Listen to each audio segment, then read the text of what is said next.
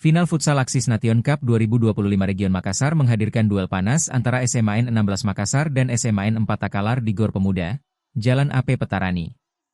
Pertandingan yang disaksikan ratusan penonton ini berlangsung penuh semangat dan sportivitas dengan sorak-sorai penonton yang memadati tribun sejak awal laga. SMA N16 Makassar tampil dominan sejak menit awal, melancarkan tekanan demi tekanan ke pertahanan lawan yang membuat pertandingan semakin sengit.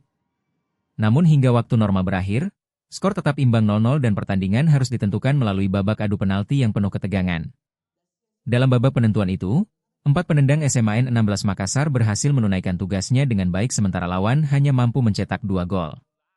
Pelatih SMA N16 Makassar, Bato, mengaku bangga dengan perjuangan anak asuhnya yang tetap disiplin dalam latihan meski keterbatasan menjadi tantangan tersendiri. Kami latihan 3 bulan terakhir. Memang tidak tiap hari karena keterbatasan lapangan, tapi anak-anak tetap konsisten. Alhamdulillah hasilnya bisa sampai final dan juara, katanya. Ia menambahkan bahwa timnya berisi kombinasi siswa dari berbagai angkatan serta 4 pemain yang juga tergabung di Prapon Makassar, sehingga memiliki mental dan stamina kuat.